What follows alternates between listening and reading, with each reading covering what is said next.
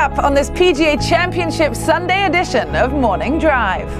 We'll take you inside the recent swing changes that have Kevin Kisner sitting atop the 54-hole leaderboard and tell you how he can take home the Wanamaker Trophy. I spoke to your college coach today, and he said one thing that struck him when you were at Georgia was you never really showed a lot of emotion.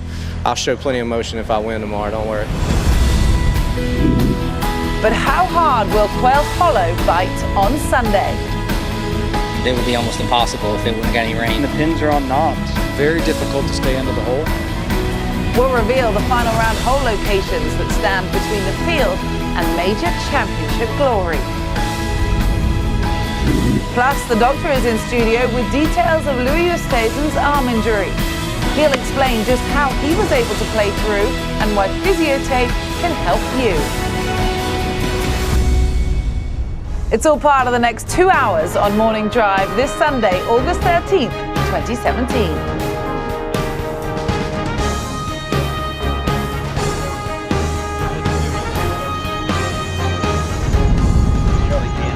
And good Sunday morning, just after 6 a.m., preparations for a championship Sunday here at Quail Hollow Club in Charlotte, North Carolina, who will add their name to the historic Wanamaker Trophy with the likes of Hagen, Hogan, Snead, Nicklaus, Mickelson, Woods. History will be made today on a very demanding golf course at a wonderful venue hosting a major championship for the very first time. And with that, we say good morning. Oh, it's early, but we're up and we're ready because it's a championship Sunday. Gary Williams, Charlie Reimer, John Cook. Gentlemen, good morning. Good morning. These are special days. Yes, they are. I think it's fitting that we're right in the middle of NASCAR country, you know, because we have a lot of wrecks in NASCAR. And with this green mile out there, 16, 17, 18, if you like to watch sports to see wrecks, you might see some big wrecks out there later today. No question, John. Always love the anticipation of major championship Sunday, whether you're at or near the lead or just, you know, teeing off in the dark like Charles Howell might be doing. It is major championship Sunday, and you love this, and this is what you've worked all your life for. You're right, and these players know the gravity of what is on the line today. So what is happening now? Kevin Kisner, he's got a one-shot lead heading into the final round of this 99th PGA Championship. And let's take a look at what transpired yesterday. But look at the leaderboard. At a point, and Frank Nobilo said this last night on Live From, Kisner probably feels like he should have had a 5-shot lead. But you've got to play those final 3 holes. And it took its toll not only on him, but others as well. Let's start right there, Charlie. His second on 16, coming up birdie on 15. Yeah, he's sitting on that 2-shot lead, and this is just a horrible miss, and it really surprised me. Kevin doesn't really have the kind of swing that produces a lot of misses. As a big mistake. He's got to make sure he doesn't beat himself up over it, but he ended up making double there. Exactly, and at the moment, tied with Chris Stroud. Now here's Ricky Fowler. He had it, John, at one point to 5 under. Yes, he did. He was executing his game plan just right. He liked this one in the air, but it's just a horrible miss club.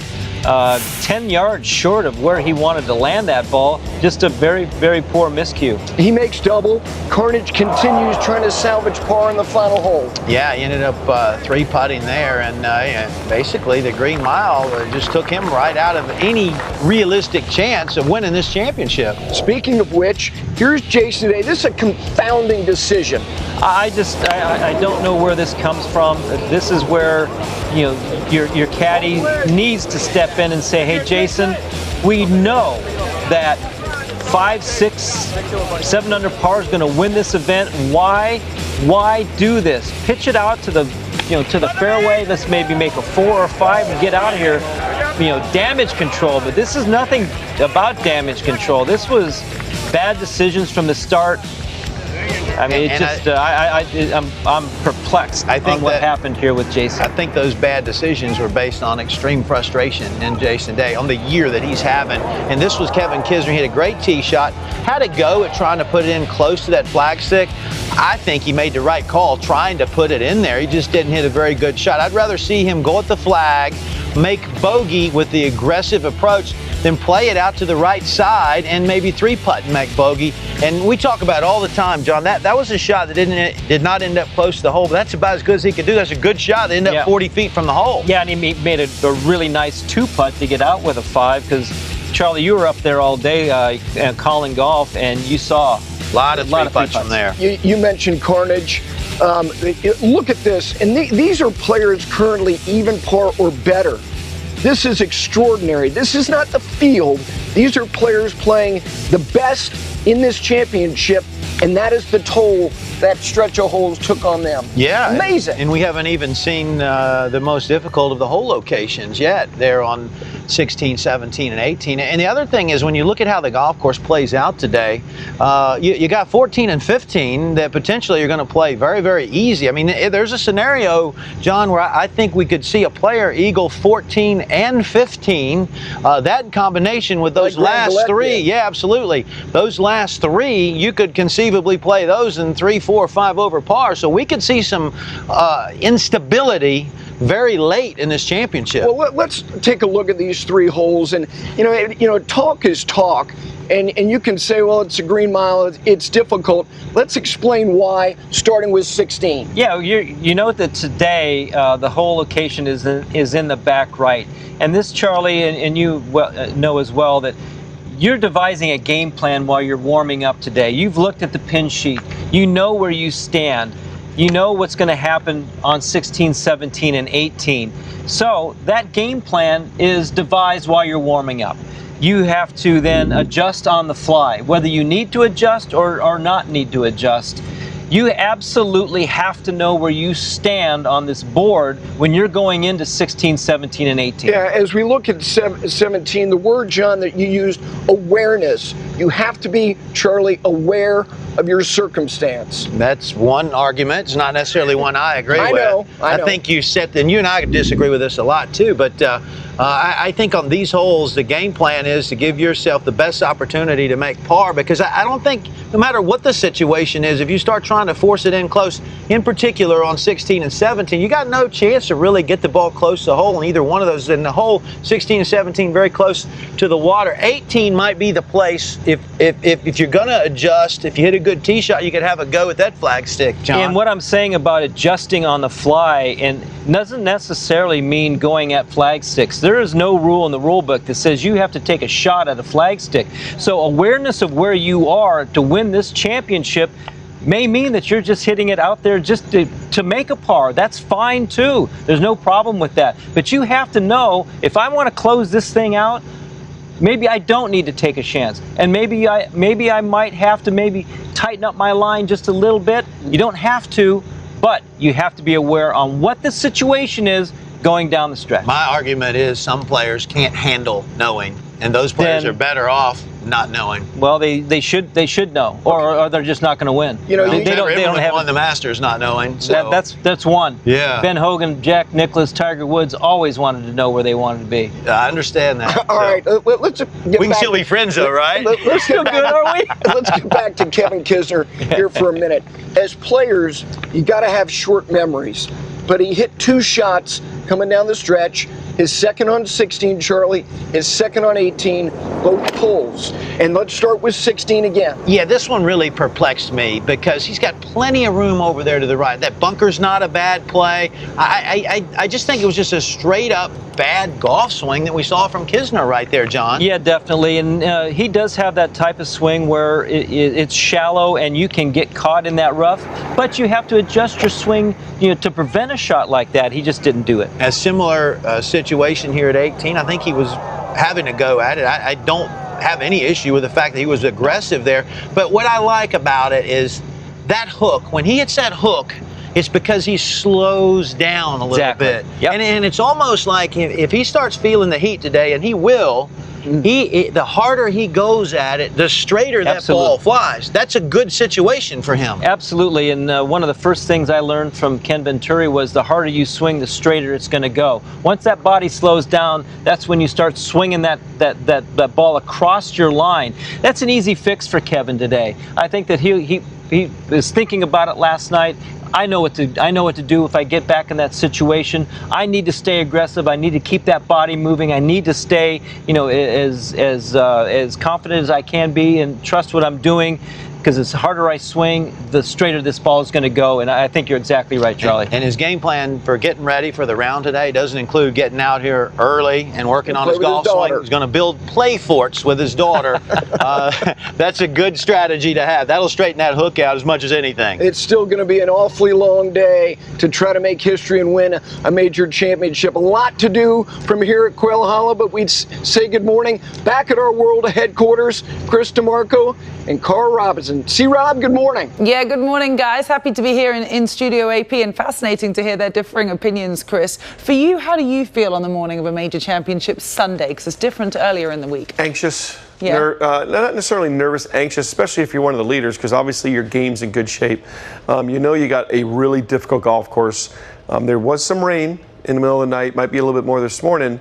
So if that happens, and the conditions are going to be soft this morning, but it's probably going to be nice and dry by this afternoon. And I think the PGA of America's got the course exactly where they want it, and I think it's going to be a great setup. It's going to be a great finish. Well, you could see how disappointed Kevin was with that closing bogey. Bit of frustration as he put his cap back on as he left the 18th hole yesterday. Let's just remind you, though, a little bit about Kevin Kisner's career so far as we look back on some close calls, starting at the RBC Heritage 2 years ago. He made this putt on 18 to force a playoff, but it would be Jim Furyk that would go on to win that event. It was Jim's first one in 5 years, but that's the first time we really saw him.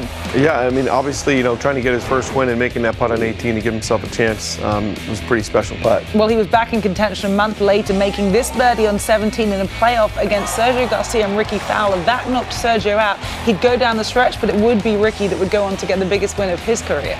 Another big putt, another big moment, and another dead center putt. So I don't think he's worried about the situation too much. He was playing well in 15. Just 2 months after that at the Greenbrier Classic, this putt on 17 was to post 64 and post yet another playoff. But guess what, Chris? You got beat again in a playoff. You know what? But if you keep putting yourself in position, you're gonna come through and win. Danny Lee got his first PGA Tour win at the Greenbrier, but eventually in November of 2015, Kevin Kisner broke through, making that short putt at the final hole, celebrating with his wife and baby girl for his first career victory at Sea Island. Wasn't over yet. In May, earlier this year, in the very first team event on the PGA Tour, playing alongside his partner Scott Brown, he chips in. This was one of the best shots to force a playoff. I'll tell you what, that is some pure emotion right there too. I love it. I love seeing that. That was in the dark too. That was what a great chip. They would go on to lose that playoff. You may see some of that emotion later. And then in May this year, he triumphs again at the 2017 Dean and DeLuca Invitational with a average-sized trophy. I think the trophy's bigger than him. That trophy is quite something.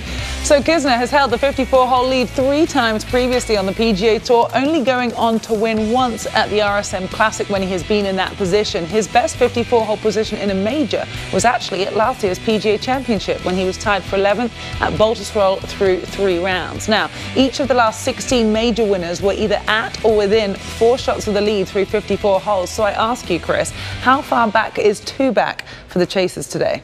I looked at the board, and because of the 2 guys up there, I think Kisner, the way he's playing, he drives the ball so good. He's hit 41 of 54 fairways this week. He's hit a lot of greens.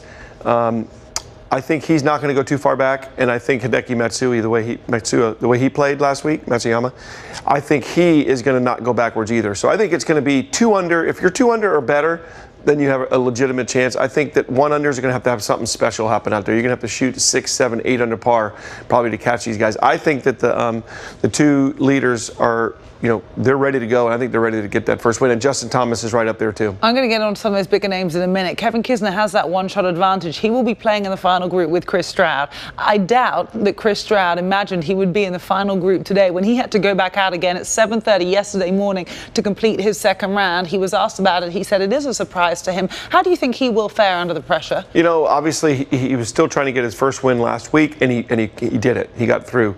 So after 294 starts, I think it was. So I think, you got to fear the hot golfer. And right now, he's one of the hottest golfers out there. Him and Hideki Matsuyama, who both won last week, are both within a shot of the lead. So that tells you something about the hot golfer. Yeah, you speak about current form. That means a little bit more than world ranking. And Chris Stroud is outside of the world's top 200. So let's speak about some of those bigger names. And we will start with Hideki Matsuyama, the man who is trying to become the first from Japan to win a major. What does he have to do today if he is to beat Kevin Kisner? We saw, what I love about it is that we've seen so many poor shots from him that he doesn't like.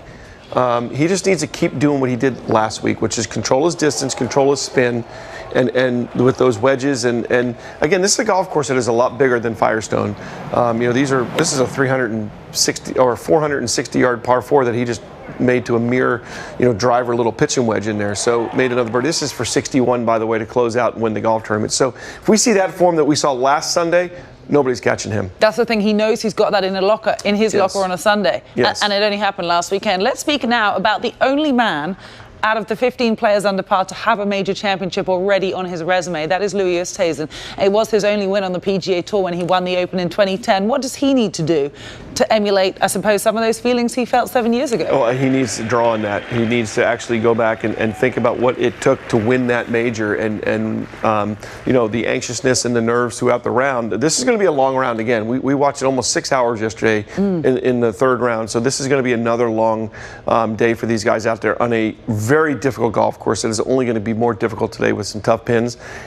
He knows how to win a major, and he's the only guy up there really within 8 shots of the lead that has a major win. So he just needs to go out there and do what he does. Patience, I think, is the one thing, and he has it. He's a great ball striker, which absolutely helps. Now, Justin Thomas has watched his good friend win several majors, but how does he get it done for himself today? Well, what he's done is he's putting himself in position. At the U.S. Open earlier this year, he fires that 62 low round with this 3-wood right here, which is just amazing on the last hole.